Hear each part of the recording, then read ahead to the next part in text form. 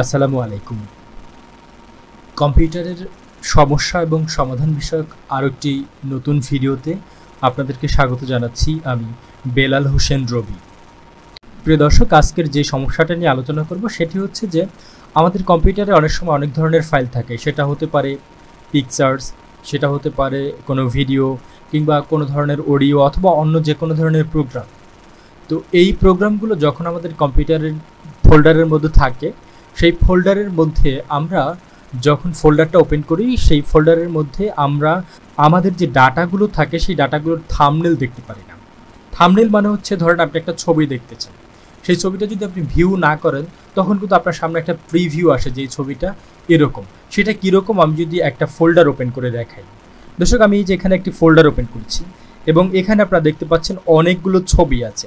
তো এই ছবিগুলো আমরা যদি ওপেন নাও করি তাহলে কিন্তু আমরা বুঝতে পারতেছি এটা একটি ছবি বা এটা একটা ভিডিও, এটার মধ্যে অমুকের ছবি আছে। এবার এখানে আমার যেহেতু অনেকগুলো গরুর ছবি আছে, এখানে গরুর ছবি আছে, এখানে একটা ফুলের ছবি আছে, সেটা আমরা দেখতে পাচ্ছি, এখানে একটি লোগো আছে। তো এই বিষয়গুলো কিন্তু আমরা খুব ক্লিয়ারলি দেখতে পাচ্ছি। কিন্তু অনেক সময় এমনটা হয় যে এই যে আমরা থাম্বনেলটা দেখতে পাচ্ছি, এই থাম্বনেলটা আপনার সামনে শো করবে না। আর সেই সমস্যাটা মূলত কীরকম সেটা যদি আমি আপনাদের সামনে একটু দেখানোর চেষ্টা করি, সেটা হলো এরকম। দর্শক, আপনারা এখন যেমনটা দেখতে পাচ্ছেন, এখানে কিন্তু আমি যে ছবিগুলো এখানে আছে বা ভিডিওসগুলো আছে বা অন্যান্য যে ফাইলগুলো রয়েছে, সেই ফাইলগুলোর কিন্তু আমি থাম্বনেলটা দেখতে পাচ্ছি না। আমি বুঝতেই পারতেছি না কোন ছবিটার মধ্যে কি রয়েছে বা কোন ভিডিওটার মধ্যে কি রয়েছে। তো এই যে সমস্যাটা, এই সমস্যাটা যদি কেউ পড়ে থাকেন, আমি আজকের ভিডিওতে আপনাদেরকে এটার একটা পার্মানেন্ট সমাধান দেখাবো। আর এটা করার জন্য আপনাদেরকে যেটা করতে হবে, আপনি যেই ফোল্ডারের মধ্যে ছবিগুলো রেখেছেন এবং যে ফোল্ডারের ছবিগুলোর আপনি থাম্বনেল দেখতে চাচ্ছেন, সেই ফোল্ডারে আপনি প্রথমত চলে যাবেন। চলে যাওয়ার পর আপনাকে যেটা করতে হবে, আপনি আপনার কম্পিউটারের এই যে উপরের দিকে কিছু অপশন দেখতে পারবেন, মেনু, একটা হচ্ছে home menu, share menu, view menu, pictures tool. এখান থেকে আপনি এই যে ভিউ মেনুটা রয়েছে সেই ভিউ মেনুতে ক্লিক করবেন।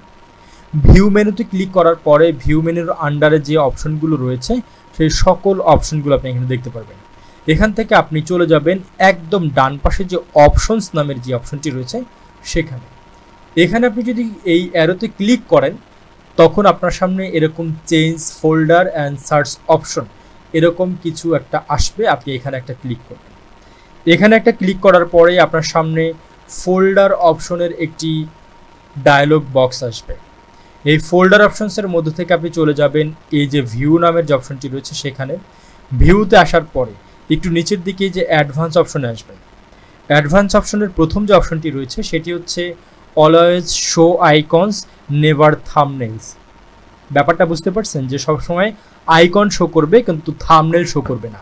এখানে কি আছে, এখানে আছে টিক মার্ক করা, তার মানে এটা ইয়েস করা আছে যে শুধুমাত্র আইকনটা দেখাবে। যদি আমরা এই ছবির মধ্যে দেখি, এটা যে ছবি বা পিকচার সেটা আমরা বুঝতে পারছি এটা পিকচারের একটা আইকন।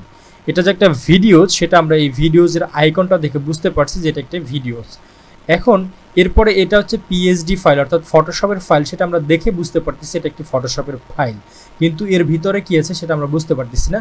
আবার এটা একটি ফোল্ডার, ফোল্ডারের মধ্যে কি আছে সেটা কিন্তু আমরা বুঝতে পারতেছি না, কারণ এটা আমরা এমনভাবে এটাকে পারমিশন দেওয়া আছে, সেটা হচ্ছে শুধুমাত্র আইকন দেখাবে, কোনো পিকচার্সের যে থাম্বনেল বা ভিডিওর যে থাম্বনেল সেটা দেখাবে না। তো আমরা কি করব, এই প্রথম যে অপশনটি আছে সেই অপশনটির যে টিক মার্কটা ছিল বা চেক মার্কটি ছিল সেটাকে তুলে দিব। সেটাকে তুলে দিয়ে আমরা নিচ থেকে প্রথমে করব অ্যাপ্লাই, তারপরে করব ওকে।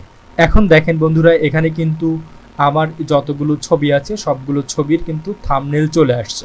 এখন কিন্তু আমি ছবিগুলো দেখলেই বুঝতে পারবো যে এর ভেতরে কি আছে। আশা করি আজকের এই ভিডিওটি আপনার ভালো লেগেছে। যদি আজকের এই ভিডিওটি ভালো লেগে থাকে তাহলে অবশ্যই এই ভিডিওটিতে একটি লাইক দিবেন।